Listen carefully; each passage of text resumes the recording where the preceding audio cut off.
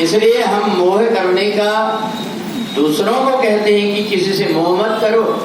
तुम तो, तुम्हारे विषय में तो ये कहा गया है तुम परब्रह्म परमात्मा हो, तुम्हें तो इतना मोह नहीं करना चाहिए।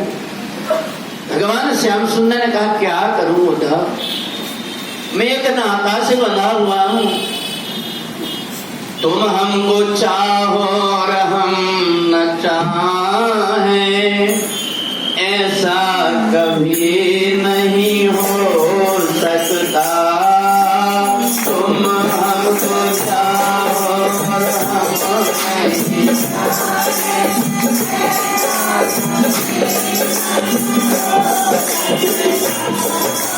पिता अपने बालक से बिछुड़ कर तुमसे कभी नहीं सकता। पिता अपने बालक से बिछुड़ कर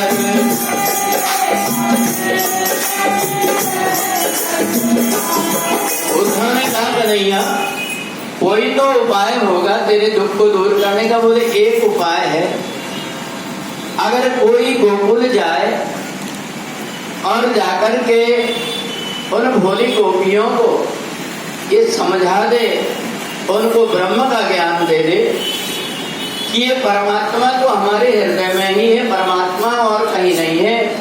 अगर वो गोपियां इस बात को मान जाएं और मेरे को भूल जाएं तो मैं भी फिर उनकी याद नहीं करूंगा। उदाहरण का ये तो हमारा काम है, ज्ञान के द्वारा तो हम बड़े बड़े के अज्ञानों को दूर कर देते हैं। इसलिए तो चिंता मत कर, मैं गोकुल को जाऊंगा और जाकर के उन गोपियों को ऐसा ज्ञान दूंगा कि वो निर्गुण निराकार परमात्मा की आराधना करने लगेगी और कभी भी उनके मन में तुम्हारे प्रति ऐसा याद आकर के दुख नहीं होगा। भगवान श्याम सुंदर ने कहा ठीक। भगवान ने रथ में बिठाल करके उद्धव को भिजवा दिया। उद्धव जैसे ही पहुंचे तो उद्धव ने देखा यमुना जी के किनारे बहुत सारी गोपियां बैठी हुई और वो गोपियां एक दूसरे से कहती सखी कितने सारे पथिक यहाँ पर दिखाई दे रहे हैं आते जाते, पर अपने कन्हैया ने कहा था कि मैं परसों के दिन आ जाऊंगा। कितने दिन हो गए? कई प्रकार से वो गोपियां चर्चा करती हैं। कहा इतने पथिक जा रहे हैं एक से एक, परंतु पता नहीं ये मन कैसा बावरा हो गया है, एक ही बात कहता है। क्या कहता है? जिनके ओठों पे मुरली रहे रात दिन, जिनकी ओठों पे मुरली बस वही मुरली वाला हमें चाहिए, बस वही मुरली वाला, बस वही मुरली वाला हमें चाहिए।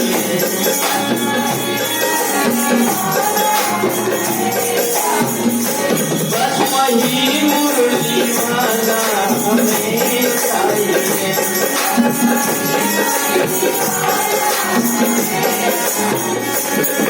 हमने देखा ये इन सखियों से देखना चाहिए, पूछना चाहिए कि भगवान श्याम सुंदर का नंद बाबा का महल कौन सा है। देखा कि सामने कुआं है, उतनी दूर से आया हूं, कम से कम पानी पी लूं। तो उद्धव गए कुआं में जाकर के पानी पीने के लिए।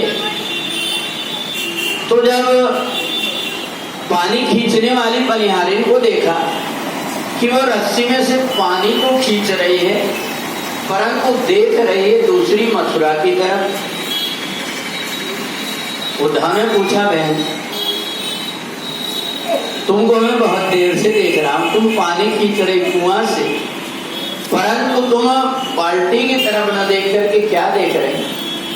तो उन्होंने कहा भैया हमारा एक कान्हा है, परसों के दिन आऊंगा कह करके गया है, तो सोच रहे हैं कि शायद आज आता होगा वो, क्योंकि उधर से पक्षी जो उड़ करके आ रहे हैं उनकी चिंचाहट से देख करके ऐसा लग रहा है कि मेरे कान्हा को देख करके वो हमें संदेशा देने आ रहे हैं। उद्धव ने कहा ये तो पानी खींचने वाली मनिहारिन भी इतनी श्याम की दीवानी। उन गोपियों से पूछा, बहन नंद और यशोदा का घर कहाँ? तो उन्हें कहा कहाँ से आए हो तुम? मथुरा से आए हो ना? क्योंकि मथुरा से यहाँ ज्यादा लोग आते नहीं कंस के डर के कारण, इसलिए तुमको पता नहीं है। तुम मथुरा से आए हो, तुमको इसलिए पूछना पड़ रहा है कि नंद और यशोदा का घर कौन सा है। ये जो पानी बह करके आ रहा है ये पानी यमुना जी की धार का पानी नहीं है, ये कोई गंदी नाली का पानी नहीं है। ये 9 लाख गाय और नंद और यशोदा की आंख के आंसुओं की धार है। ये जहां से निकल करके आई है तुम वहां पहुंच जाओ तो जा करके देखोगे तो तुम्हें वहां पर मैया मिल जाएगी झूला के पास में बैठी हुई। अब इधर जब उद्धव पहुंचे तो उद्धव ने जाकर के देखा मैया से। नंद बाबा ने कहा अरे महर ऐसा लगता है आज वो दिन है जिस दिन कन्हैया अपने यहाँ आया हुआ। मेरे कन्हैया का आज जन्मदिन है, इसलिए मैं बाजार जाता हूँ और अपने